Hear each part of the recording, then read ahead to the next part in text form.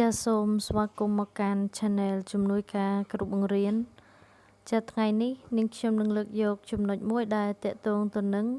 កិច្ចតែងការបង្រៀនថ្នាក់មត្តេយ្យកម្រិតខ្ពស់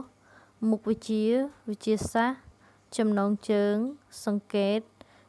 តរូបភាពសត្វមាន់ដែលកិច្ចតែងការបង្រៀន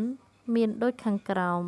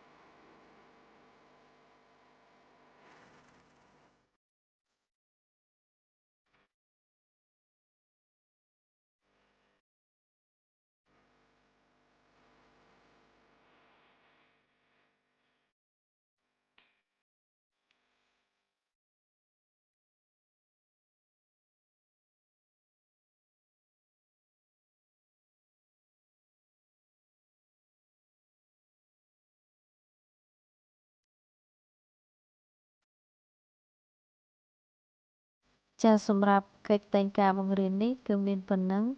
ចាសប្រសិនបើលោកគ្រូអ្នកគ្រូចូលចិត្តកុំភ្លេចចុច like និងចុច subscribe ដើម្បីទទួលបាននូវវីដេអូថ្មីៗបន្តទៀតចាសសូមអរគុណច្រើននិងសូមជម្រាបលា